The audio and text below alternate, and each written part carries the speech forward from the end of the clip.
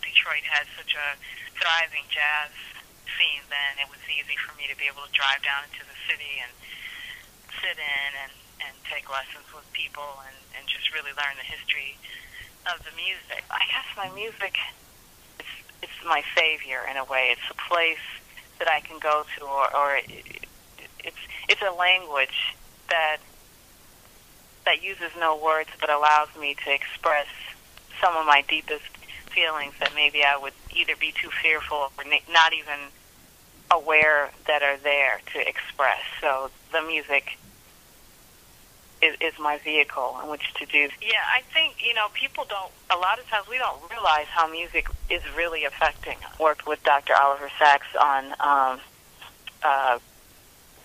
brain mapping and seeing what actually happens and what parts of the brain light up when we listen to certain music.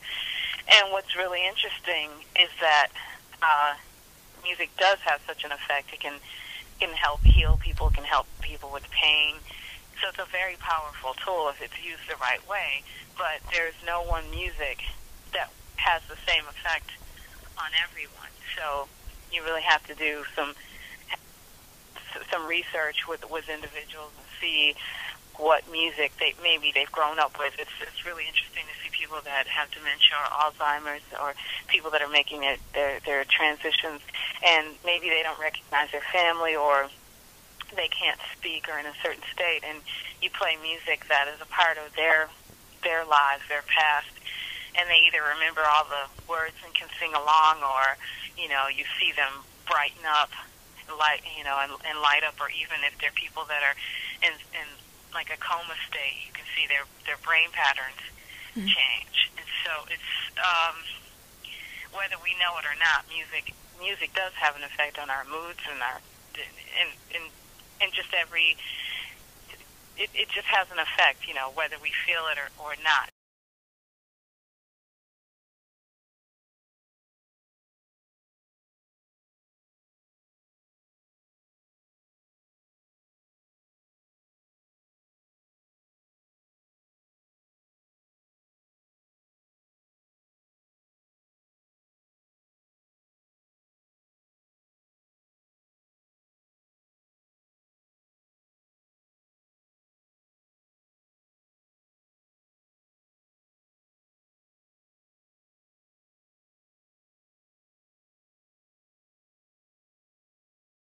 I come from state of Virginia, went to the University of Virginia, and while I was there, I started studying psychology and primarily worked on intimacy and attachment relationships. I also did a lot of work on facial displays and how people read emotions or misread emotions from one another. It's not my area of study, but I've always been interested in music. Interest in the sense of I listen very carefully when I listen to music.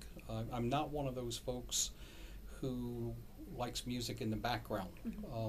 Instead, I'm one who shushes people in a restaurant so that I can hear the guitarist who's playing. I always get involved with what I'm listening to. It's sort of spooky when you realize lyrics of songs that you haven't heard in 20 years still are in perfect form in your memory, and they can come right back. And you can remember the last time you heard the song, or where you were, or something important about it. So to me, one of the sidebar interests that I've had in psychology is how memory is encoded in the brain and doesn't ever really get out. You can keep those pieces for long periods of time. Music is an incredible releaser of past emotions that people carry around with them.